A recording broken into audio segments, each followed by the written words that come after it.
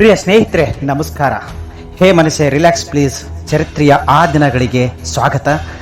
ನಿಮ್ಮೆಲ್ಲರಿಗೆ ಮತ್ತೊಮ್ಮೆ ನಮಸ್ಕಾರ. ಪ್ರಿಯ ಸ್ನೇಹಿತರೆ, ಭಾರತಕ್ಕೆ ವಿದೇಶಿಗರು, ಬ್ರಿಟಿಷರು, ಫ್ರೆಂಚರು, ಡಚ್ಚರು, ಮಂಗೋಲಿಯನ್ನರು ಬರುವುದಕ್ಕಿಂತ ಮುಂಚಿತವಾಗಿ ಈ ಭಾರತ ದೇಶದಲ್ಲಿ ಹಲವಾರು ರಾಜಮನೆತನಗಳು, ಹಲವಾರು ಪಾಳ್ಯಪಟ್ಟುಗಳು ಇವೆಲ್ಲವೂ ಒಂದೊಂದು ಏರಿಯಾದಲ್ಲಿ ಒಂದೊಂದು ಬಲಿಷ್ಠವಾದ ಸಾಮ್ರಾಜ್ಯವನ್ನು ಕಟ್ಕೊಂಡು ಮೆರೆದಿರ್ತಕ್ಕಂಥ ಒಂದು ಭಾರತ ಭವ್ಯವಾದ ಪರಂಪರೆಯನ್ನು ಹೊಂದಿರತಕ್ಕಂಥದ್ದು. ಅಂತಹ ಒಂದು ಸಾಮ್ರಾಜ್ಯಗಳಲ್ಲಿ ವಿಜಯನಗರ ಸಾಮ್ರಾಜ್ಯವು ಕೂಡ ಒಂದು. ಭಾರತ ದೇಶದಲ್ಲಿ ಹಿಂದೂಗಳ ಮೇಲೆ ಆಗ್ತಿರ್ತಕ್ಕಂಥ ಅನ್ಯಾಯಗಳು, ಮಂಗೋಲಿಯನ್ನರು, ಡಕ್ಕನ್ ಸುಲ್ತಾನೇಟ್ಸ್ ಆ್ಯಂಡ್ ಬೇರೆ ಬೇರೆ ಆಯಾಮದಿಂದ ಬಂದಿರತಕ್ಕಂಥ ವಿದೇಶಿಗರು, ಸ್ಥಳೀಯ ಮುಸ್ಲಿಮರ ಒಂದು ದಾಳಿಗೆ ತತ್ತರಿಸಿ ಹೋಗಿದ್ದ ಹಿಂದೂ ಧರ್ಮದ ಒಂದು ಏಳಿಗೆಗಾಗಿ ಹುಟ್ಕೊಂಡಿರ್ತಕ್ಕಂಥ ಒಂದು ಏಕೈಕ ಹಿಂದೂ ಸಾಮ್ರಾಜ್ಯವೆಂದರೆ ಅದು ವಿಜಯನಗರ ಸಾಮ್ರಾಜ್ಯ. ಆ ವಿಜಯನಗರ ಸಾಮ್ರಾಜ್ಯ ವಿದ್ಯಾರಣ್ಯರ ಒಂದು ಕೃಪಾ ಕಟಾಕ್ಷದಿಂದ, ಆ ರಾಜ್ಯ ಗುರುವಿನ ಒಂದು ಪೋಷಣೆಯಿಂದ 1336ರಲ್ಲಿ ಅಕ್ಕಬುಕ್ಕರಿಂದ ಆರಂಭವಾಗಿರ್ತಕ್ಕಂಥ ವಿಜಯನಗರ ಸಾಮ್ರಾಜ್ಯ ಮುಂದೆ 4 ಮನೆತನಗಳು ಆ ಸಾಮ್ರಾಜ್ಯವನ್ನು ನಡೆಸಿಕೊಂಡು ಬರ್ತವೆ. ಸುಮಾರು 300 ವರ್ಷಗಳಿಗಿಂತ ಮೇಲ್ಪಟ್ಟು ಆ ಸಾಮ್ರಾಜ್ಯವು ಈ ಒಂದು ಕರ್ನಾಟಕದ ಪ್ರದೇಶದಲ್ಲಿ ತಲೆ ಎತ್ತಿ ನಿಲ್ಲುತ್ತದೆ.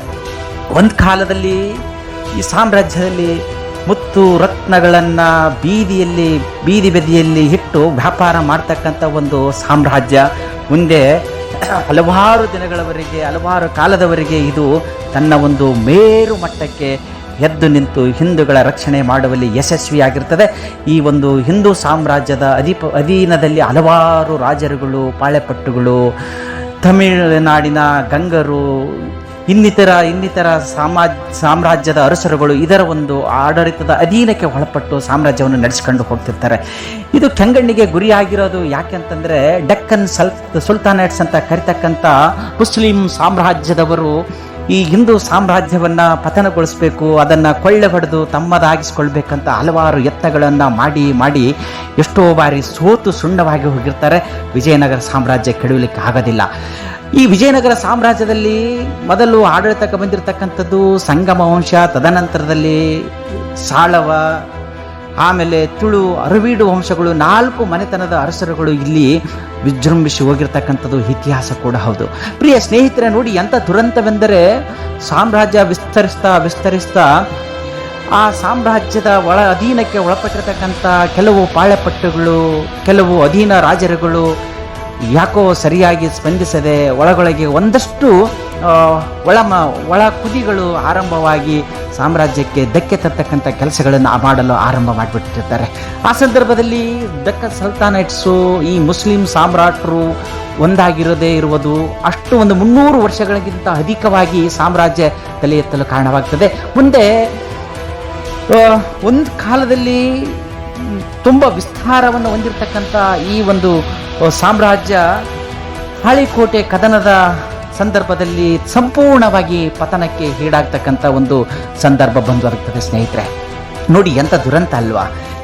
ಆ ಸಂದರ್ಭದಲ್ಲಿ ಹಲವಾರು ಸುಲ್ತಾನೇಟ್ಸು ತಾವು ಒಂದಾಗ್ತಾರೆ, ಶಾಹಿ ಮನೆತನಗಳು ಒಂದಾಗ್ತವೆ. ಬರೀದ್ ಶಾಹಿ, ಆದಿಲ್ ಶಾಹಿ, ಏನು ಬಹುಮಾನಿ ಸುಲ್ತಾನರು, ಗೋಲ್ಕೊಂಡ ಅರಸರು ಎಲ್ಲರೂ ಒಂದಾಗಿ ಏಕಕಾಲಕ್ಕೆ ಈ ವಿಜಯನಗರ ಸಾಮ್ರಾಜ್ಯದ ಮೇಲೆ ದಾಳಿ ಮಾಡಬೇಕಂತ ರಕ್ಕಸ ತಂಗಡಿಗೆ ಅಂತಕ್ಕಂಥ 2 ಹಳ್ಳಿಗಳ ಮಧ್ಯದಲ್ಲಿ ಒಂದು ಭೀಕರ ಯುದ್ಧ ನಡೀತದೆ. ಅದು 1565ರಲ್ಲಿ ಜನವರಿ 23ರಂದು. ಈ ಯುದ್ಧದಲ್ಲಿ ಅಚ್ಯುತರಾಯನ ನಂತರ ಅಧಿಕಾರಕ್ಕೆ ಬಂದಿರತಕ್ಕಂಥ ಹಳೆಯ ರಾಮರಾಯ ತನ್ನ ಒಂದು ಸೈನ್ಯದೊಂದಿಗೆ ಈ ಒಂದಾಗಿರ್ತಕ್ಕಂಥ ಈ ಶಾಹಿ ಮನೆತನಗಳನ್ನು, ಸುಲ್ತಾನೇಟ್ಸರನ್ನು ಬಗ್ಗು ಬಿಡಬೇಕೆಂದು ಬಂದಾಗ ಈ ಒಂದು ಅಳಿಯ ರಾಮರಾಯನ ಸಾಮ್ರಾಜ್ಯ ಮತ್ತು ಸೈನ್ಯದಲ್ಲಿ ಹಲವಾರು ಮುಸ್ಲಿಂ ಸೈನಿಕರು ಮತ್ತು ಮನಸ್ತಾಪಗೊಂಡಿರತಕ್ಕಂಥ ಹಲವಾರು ಪಾಳೆಪಟ್ಟುಗಳು ಕೂಡ ಇದ್ದರೂ ಕೂಡ ಯಾವುದೇ ಪ್ರಯೋಜನಕ್ಕೆ ಬಾರದೆ ಈ ಒಂದು ಡೆಕ್ಕನ್ ಸುಲ್ತಾನೇಟರ ಒಂದು ಸೈನ್ಯದ ಮುಂದೆ ತಲೆಬಾಗಿ ನಿಲ್ಲಬೇಕಾಗ್ತದೆ.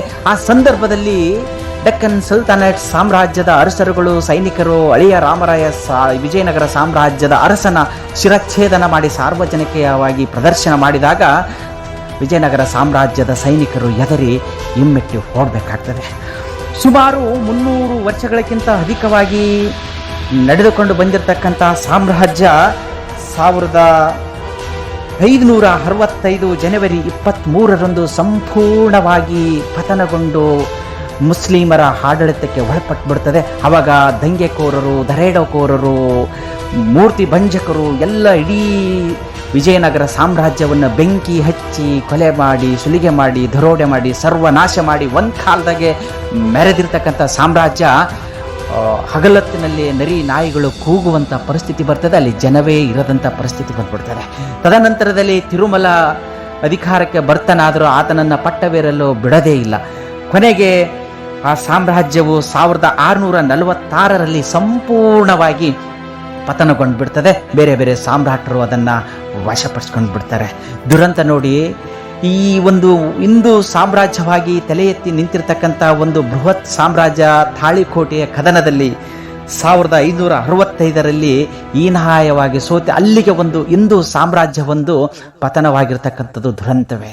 ವಿದೇಶಿ ಇತಿಹಾಸಕಾರನೊಬ್ಬರು ಹೇಳ್ತಾರೆ, the dark history of Vijayanagara samrat ಅಂತ ಒಂದು ಕಡೆ ತನ್ನ ಉಲ್ಲೇಖದಲ್ಲಿ ಏನು ಉಲ್ಲೇಖಿಸ್ತಾನೆ.